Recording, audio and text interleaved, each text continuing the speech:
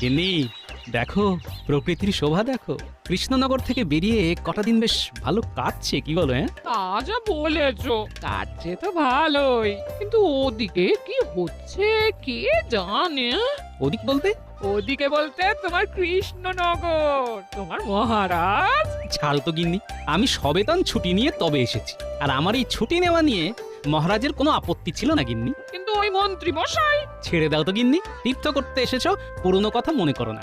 এখানে আমরা পুণ্য চাইতে এসেছি গিন্নি। চলো এবার ফেরা যাক। তুমি যাও, আমি আর একটু পরে আসছি। আর একটু থাকি, বেশ মিষ্টি ঠান্ডা ঠান্ডা হাওয়া বইছে। বেশ, আমি সরাইখানায় গেলাম তাহলে। হ্যাঁ,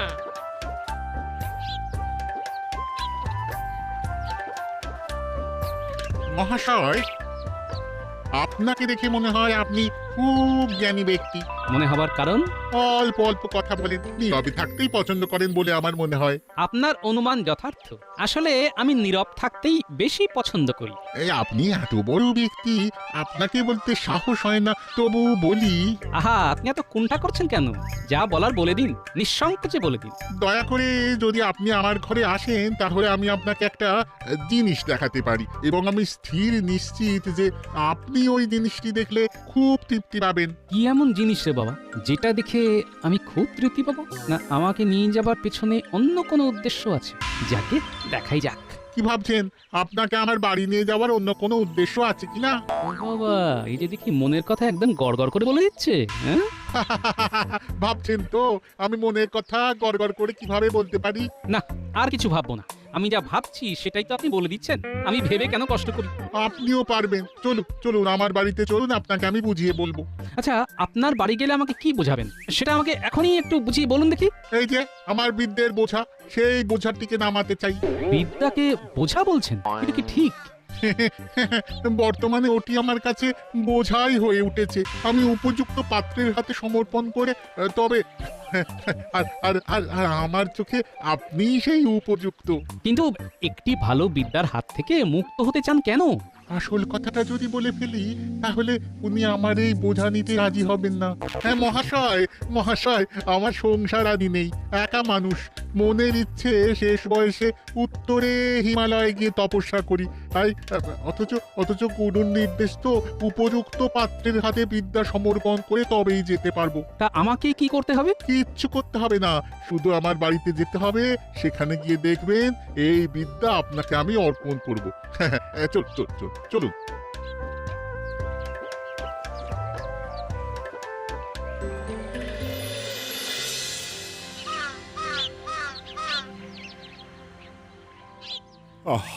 আজ কতদিন হয়ে গেল গোপাল নেই। গোপাল নেই মানে তো রান্নায় নুন নেই, পায়েসে মিষ্টি নেই।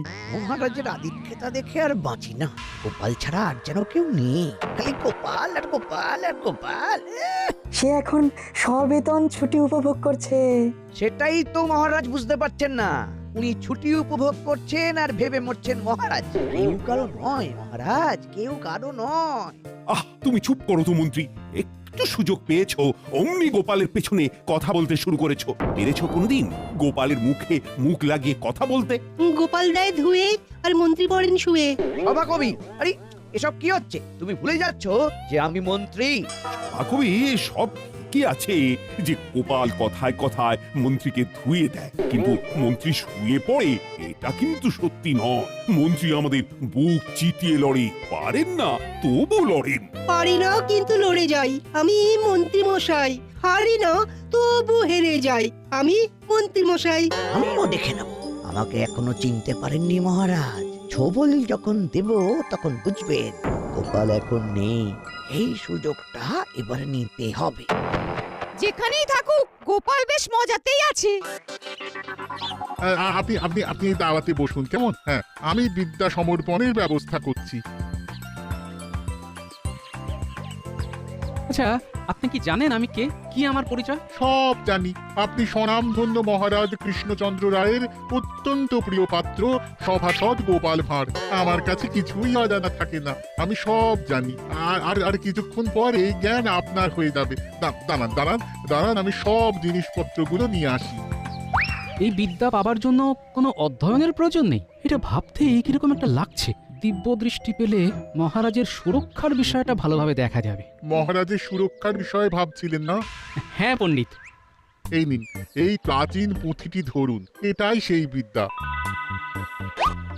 এবার বলুন, বিদ্যা তুমি আমার, বিদ্যা তুমি আমার।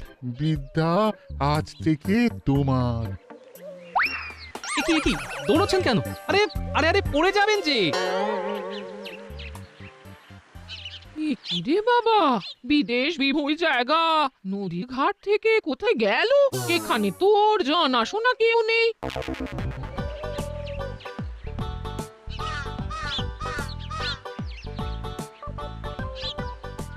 কি গো, এত দেরি হলো? তুমি আসছো না দেখে আমি নদীর ধারে গিয়েছিলাম, সেখানে গিয়েও তুমি ছিলে না। বলে গেছিলে কোথায়?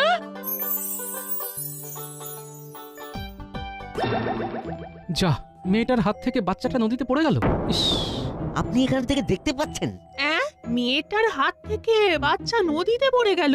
তাই তো দেখলাম, স্পষ্ট দেখলাম মেয়েটার হাত থেকে বাচ্চাটা পড়ে গেল, বাচ্চাটা বেঁচে গেছে। কি গো, কিসব উল্টো পাল্টা বকছো? এ মেয়ে কোথায় পড়লো? পড়লো আবার বেঁচে গেল? হ্যাঁ, আমি দেখতে পাচ্ছি গিন্নি। এও কি সম্ভব নাকি? সব দেখতে পাচ্ছে। দূর, ভুল আর বকছে। চলো তো আমরা আমাদের কাজে যাই। যা বলেছো।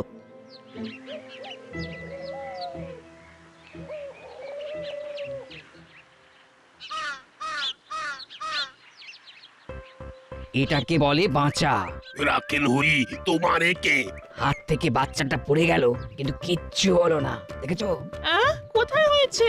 নদীতে। বাচ্চাটা হাত থেকে পড়ে গেল জলে। আমরা তো চিৎকার করে উঠেছিলাম, গেল গেল। তারপর তারপর কি হলো? মেয়েটার কি হলো? মেয়েটা ভালো আছে তো? হ্যাঁ হ্যাঁ হ্যাঁ, বেশ ভালো আছে। চাপ বাবা, ওদের আবার কি হলো? দুজনে দৌড়ে কোথায় যাচ্ছে? চলো তো দেখি।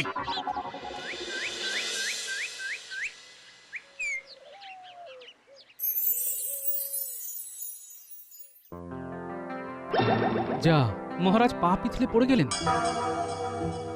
গিন্নি গিন্নি, এবার আমাদের যেতে হবে, মহারাজ খুব বিপদে রয়েছেন।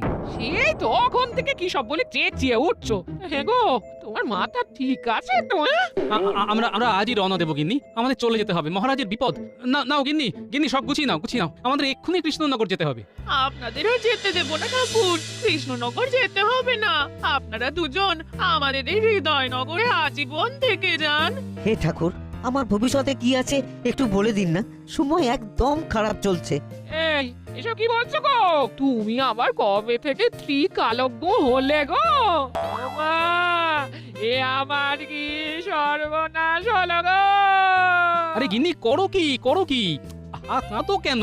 তোমাকে বললাম না, জিনিসপত্র বাঁধা চাঁদা করো, আমাদের ফিরতে হবে। ফিরতে হবে বললেই ফেরা যায়? সে আপনি যান, ঠাকুরকে আমরা আমাদের হৃদয়নগরে রেখে দেব। রেখে দেবো বললেই হলো? আমার স্বামীকে তোমরা রেখে দেবার কে? আমরা তো বাবার ভক্ত, বাবা কি ভক্তদের ডাকে সাড়া দেবে না? ও বাবা, তোমার দিনহীন ভক্তদের তুমি ছেড়ে চলে যাবে? আরে এসব কি হচ্ছে? কি হলো?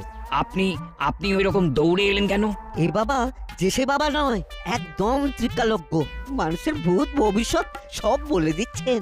আরে একটু আগে নদীতে বাচ্চা পড়ে যাওয়ার ঘটনা উনি দেখতে পেয়েছিলেন। আপনার মেয়ের বিয়ে এই মাসেই হবে, বাড়ি যান, পাত্র দেখতে আসছি। সত্যি? বাবা, আমার কি হবে বাবা? একটু ভালো করে দেখে একটু বলে দিন বাবা। আবার যখন দেখতে পাবো তখন বলবো, এখন আমাকে যেতে দাও দেখি। কোথায় কোথায় যাবে যাবে বাবা? বাবা? আমাদের ছেড়ে কোথায় যাবে? আমরা আপনাকে যেতে দেব না। কি সর্বনাশ, এবার কি হবে? না কিছু একটা ব্যবস্থা করতেই হবে।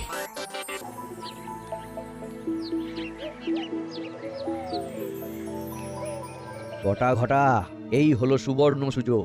গোপাল নেই, এই সুযোগটাকেই কাজে লাগাতে হবে, বুঝলি? কি করবেন কিছু ভেবেছেন? না, সেটা ভাবতেই তো তোদের কাছে এসেছি। একসাথে ভাবতে হবে, একসাথে। কি করতে হবে মানে, ওই কি ভাবতে হবে সেটা তো বলুন। মহারাজকে একটা শিক্ষা দিতে হবে, এমন শিক্ষা দেব যে গোপাল গোপাল করা ভুলে যাবে।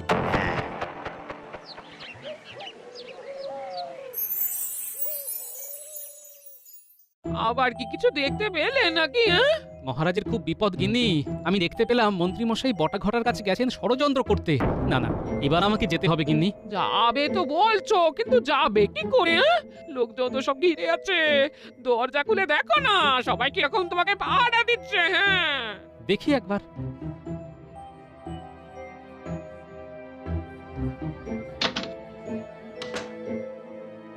জয় জয় কালুর বাবার জয়। বাবা সকালে বলেছিলেন মেয়েকে দেখতে আসবে, এসেছিল। ভালো পাত্র, বিয়ে ঠিক হয়ে গেছে। জয় ত্রিকালজ্ঞ বাবার জয়। জয় জয় ত্রিকালজ্ঞ বাবার জয়। আচ্ছা আচ্ছা আচ্ছা, সবার সব কথা বলবো, কিন্তু আমাকে একটু একা থাকতে দিতে হবে। নির্জনে ভাবলে মাথাটা খুলতেই হবে। তোমাদের কথা আরো বেশি বেশি ভাবতে পারবো। আমার কথাটাও ভাবেন বাবা, আমিও আপনার একটা সন্তান। আচ্ছা আচ্ছা, সবার কথাই ভাববো। আমাকে ভাববার সময় আর অবকাশ দিতে হবে তো, আমাকে একা থাকতে দিতে হবে। ঠিক আছে, আমরা কিছু সময়ের জন্য আপনাকে একা ছেড়ে দিলাম। এই এই চলো চলো চলো, সবাই চলো, বাবাকে একটু একা থাকতে দাও।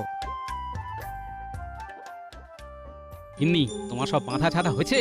ও হ্যাঁ, সব তৈরি আছে সব। চলো চলো চলো, সব নিয়ে এবার ভাগি। আর দেরি করলে বিপদ গিন্নি। এখন ভালোই ভালোই বেরিয়ে পড়লে কাল সকাল সকাল পৌঁছে যাব। হ্যাঁ চলো।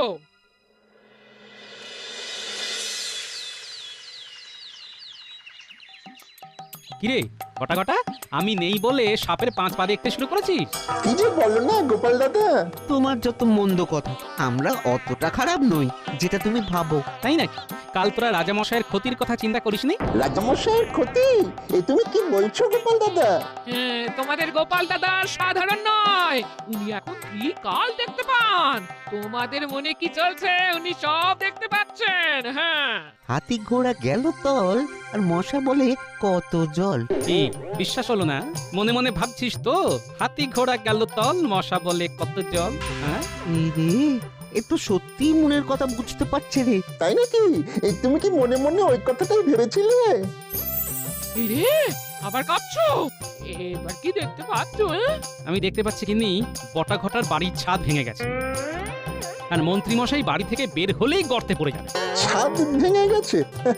যা হোক, একটা কথা বললেই হলো। মন্ত্রী মশাই নাকি গর্তে পড়ে যাবেন? যত বুজরুকি। অত কথায় কি আছে? গিয়ে দেখে এসো, যাও। যা দেখে আয়। আমি সত্যি বলেছি না মিথ্যা বলেছি? অপরের ক্ষতি করা বন্ধ কর। চলো গিন্নি, আমরা এখন ঘরে যাই। স্নান করে আমাকে রাজসভায় যেতে হবে।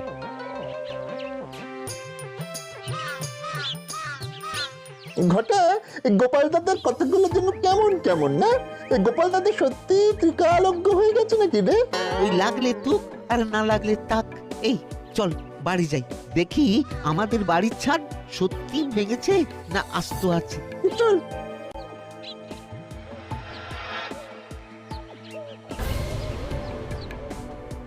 কিরে ঘটা, আমাদের বাড়ির ছাদ তো সত্যি সত্যি ভেঙে গেছে রে। এবার কি হবে? তার মানে গোপাল দাদা সত্যি ভবিষ্যৎ দেখতে পাচ্ছে। চল মন্ত্রী মশাইকে দেখে আসি। আমাদের ছাদটা সারাবো কি করে? চল মন্ত্রী মশাইয়ের থেকে ছাদ সারানোর অর্থ নেব। কি করে? গোপাল দাদার ভবিষ্যৎবাণী বলে সাবধান করব, তার বদলে অর্থ নেব। বাবা বাবা বাবা, তোর মাথায় খুব ভালো বুদ্ধি আসে। চল চল।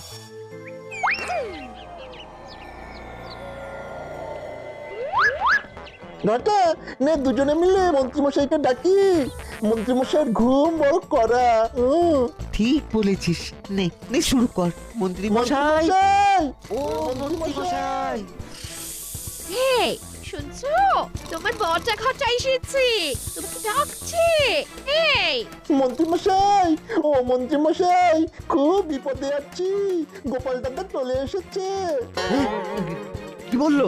গোপাল ফিরে এসেছে এত তাড়াতাড়ি? ডাকো ডাকো ডাকো ডাকো, ওদের ডাকো। না না না, থাক থাক, আমি যাচ্ছি ডাকতে। এই কি বলছিস? গোপাল এসে গেছে? এই এত তাড়াতাড়ি তো আসার কথা ছিল না। শুধু আসেননি, দিব্য দৃষ্টি নিয়ে এসেছে। সে আবার কি? গোপাল সব দেখতে পাচ্ছে, আমাদের দেখে সব বলে দিল। বললো ছাদ ভেঙে যাবে, গিয়ে দেখলাম ছাদ ভেঙে গেছে। আমরা বাড়ি সারাবার জন্য কিছু অনুদান চাইতে এসেছি। আরেকটা কথা না বললেই নয়, গোপাল দাদা আপনার সম্পর্কেও একটা ভবিষ্যৎবাণী করেছে। কি বলেছে? বলেছে আপনি ঘর থেকে বেরোলেই গর্তে পড়ে যাবেন। যত ভুলভাল চিন্তা। ধ্যাৎ, গোপাল চালাকি করছে। গোপালের মাথায় কুবুদ্ধির একটা আস্ত কারখানা আছে, সেটা জানো না? আমাদের মনের কথা বলে দিচ্ছে যে ওটাও চালাকি, ও ভীষণ চালু। শোন, ও সব সময় আমাদের সন্দেহ করে, সেই জন্য ও ওই কথাগুলো অত সহজে বলতে পেরেছে। কেন?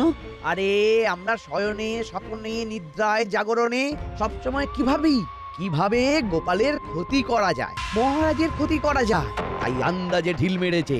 আর তোরা অমনি উগড়ে দিয়েছিস। আর ছাদ ভাঙার ব্যাপারটা ওটাও একটা ঘটে গেছে। তোদের কতদিন বলেছি যে আম গাছের ওই শুকনো ডালটা কেটে দে, তোরা শুনছে। আর আমরা শয়নে, স্বপ্নে, নিদ্রায়, জাগরণে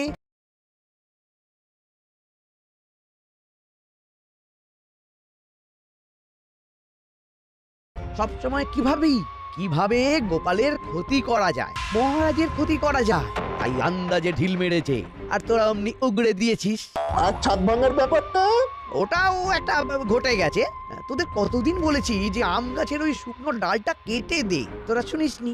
সেসব ঠিক আছে, কিন্তু আমাদের ছাদটা সারাই করবার জন্য কিছু অর্থ দিতে পারেন? দেখছি এখন এই সাত সকালে অর্থ করিস না তো।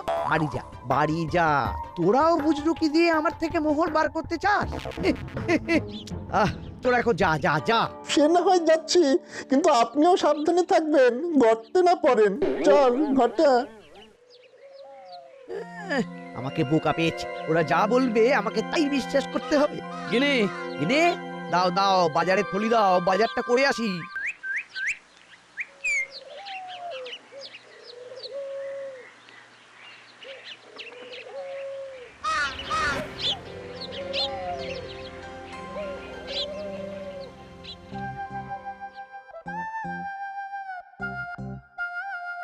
আরে কি আশ্চর্য! গোপাল যে কি গো হঠাৎ! কি বলবো মহারাজ, তীর্থে গিয়ে ওই কৃষ্ণনগর পিছু ছাড়ে না। সব সময় আপনাদের কথা মনে পড়ে। হঠাৎ দেখতে পেলাম আপনার বিপদ। হ্যাঁ, আমার বিপদ তুমি দেখতে পেলে? হ্যাঁ মহারাজ, দিব্য দৃষ্টিতে দেখতে পেলাম যে মন্ত্রীমশাই বটা ঘটাকে নিয়ে আপনার বিরুদ্ধে ষড়যন্ত্র করছে। তুমি দিব্য দৃষ্টি পেয়েছো? পেয়েছি মানে তার জ্বালা আমি হাড়ে হাড়ে বুঝছি। তা তুমি এখন কি দেখতে পাচ্ছ গোপাল, সেটা আগে বলো। মহারাজ, মন্ত্রীমশাই গর্তে পড়ে গেছেন আর রাজজ্যোতিষীর ঘরে কুটুম এসেছে। তুমি দেখতে পেলে যে আমার ঘরে কুটুম এসেছে আর মন্ত্রী মশাই গর্তে পড়েছেন? আগে হ্যাঁ রাজজ্যোতিষী। বললেই হলো, আমি এত পড়াশোনা করে দিব্য দৃষ্টি পেলাম না, আর তুমি না পড়েই সব পেয়ে গেলে। মহারাজ মন্ত্রীমশাই গর্তে পড়ে পা ভেঙেছেন। সে কি, কখন হলো? আমার সামনে। আমি যথারীতি টহল দিচ্ছিলাম। মন্ত্রীমশাই বাজারে থলি হাতে বাজারে যাচ্ছিলেন, হঠাৎ দুম করে গর্তে পড়ে গেলেন। কিরে বানর সেনার দল, তোরা কেন এলি সেটা বল দেখি। রাজজ্যোতিষীকে ডাকতে। জ্যোতিষী দাদু, দিদিমা আমাদের ডেকে বললেন যে বাড়িতে আপনার ছোট ভাই এসেছে, আপনাকে এক্ষুনি যেতে হবে। তাই তো আমরা দৌড়ে দৌড়ে খবর দিতে এলাম। পুরি বাবা, এই যে দেখি জলে ভাসে শিলা, ত্রিকালজ্ঞ গোপালের এক নতুন লীলা। গোপাল, এ আমি কি দেখছি? তুমি ত্রিকালজ্ঞ হয়ে গেছো, তুমি ভূত ভবিষ্যৎ দেখতে পাচ্ছ। এবার বলো তো, আমার রাজ্যের প্রজারা কেমন থাকবে? আগামী 10 বছর কোনো কষ্ট নেই। 10 বছর? মহারাজ, সুখের পর যেমন দুঃখ আসে, তেমনি দুঃখের পর সুখ। সুখ দুঃখ তো চাকার মতো ঘোরে মহারাজ। গোপাল, এই বিদ্যা তুমি পেলে কি করে? চলো মন্ত্রীমশাইয়ের বাড়ি যেতে যেতে সব বলছি, চল। এই বিদ্যা আমাকে পেতেই হবে, যেভাবেই হোক। রাজজ্যোতিষী, এই বিদ্যার বোঝা সামলানো চারটি কথা নয়, বুঝলেন? আপনি যদি চান আমি আপনাকে দান করে মুক্ত হব, কারো ভবিষ্যৎ দেখে আমার লাভ নেই। ওরে বাবা, তুমি তো আমার মনও পড়তে পারছো। সব ঠিক আছে রাজজ্যোতিষী, কিন্তু একটা কথা মনে রাখবেন। কি কথা? এই বিদ্যা সার কথা, লোভে পাপ, পাপে তাপ, বাপরে বাপ, মাথায় সাপ। কি যা তা বলছো? সেটা ভবিষ্যৎই বলবে।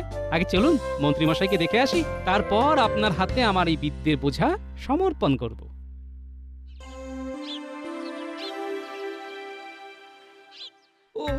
ওরে বাবা রে, ও ওরে বাবা রে, ওরে বাবা রে, কি সর্বনাশের কথা গো! এ তো মুখ নয়, এ তো কামান! ওরে বাবা রে! ও খুব ব্যথা করছে। আমি ভালো করে তেল হলুদ মাখিয়ে দিচ্ছি, ব্যথা কমে যাবে। আপনাকে তো বললাম গোপাল দাদা অলৌকিক ক্ষমতার অধিকারী। হ্যাঁ, আমিও বলেছিলাম, কিন্তু তুমি বিশ্বাস করোনি। আর কোনো অন্যায় করা যাবে না, গোপাল দাদা সব বুঝে যাবে। এটা আমাকে পেতেই হবে, এটা আমার কাছে এলেই আমি সর্বশক্তিমান হয়ে যাব। না, এই বিদ্যা রাজ জ্যোতিষীকে দেওয়া যাবে না। ইনি এই বিদ্যার অপপ্রয়োগ করবেন। মহারাজ, গল্পে গল্পে মন্ত্রীমশাইয়ের বাড়ি চলে এলাম। তুমি মহারাজের ক্ষতি চাও, তাই ভগবান তোমাকে এই শাস্তি দিয়েছেন। কি হে মন্ত্রী, হ্যাঁ? আমার সর্বনাশ করতে গিয়ে শেষে নিজেই গর্তে পড়লি। আমার খুব ভুল হয়ে গেছে মহারাজ। ভুল যখন হয়েছে তখন প্রায়শ্চিত্ত করো। আমার খাবে, আমার পড়বে, আবার আমার বুকের উপরে উঠে বসে কিল মারবে, এটা তো হবে না মন্ত্রী। মহারাজ, আমি আপনাকে কথা দিচ্ছি, মন্ত্রীকে সুপথে আমি ফেরাবো। সেটা কি সম্ভব হবে গিন্নিমা? এটা কি ভবিষ্যৎ দেখে বললে গোপাল? যার 9 হয় না তার 90তেও হবে না, এটা বলতে ত্রিকালজ্ঞ হতে হয় না। তাহলে এবার এই বিদ্যাটা আমাকে দান করার ব্যবস্থা করো। রাজ্যতীষী, আমি কোনো নির্লোভ ব্যক্তির হাতে এই বিদ্যা দেব, আপনাকে দেব না। কারণ আপনার মনে লোভ, আপনি কৃষ্ণনগরের ক্ষতি করবেন, এটা আমি দেখতে পাচ্ছি। তাই যতক্ষণ না আমি নির্লোভ কোনো লোক পাবো, এই বিদ্যা আমি আমার কাছেই রেখে দেব। খুব ভালো প্রস্তাব, এটা এখন তোমার কাছেই রেখো। মহারাজ, আমাকেও আপনি আপনার কাছেই রাখুন মহারাজ। সেটা ভেবে দেখবো। আপাতত রাজবৈদ্য মন্ত্রী চিকিৎসা শুরু করো।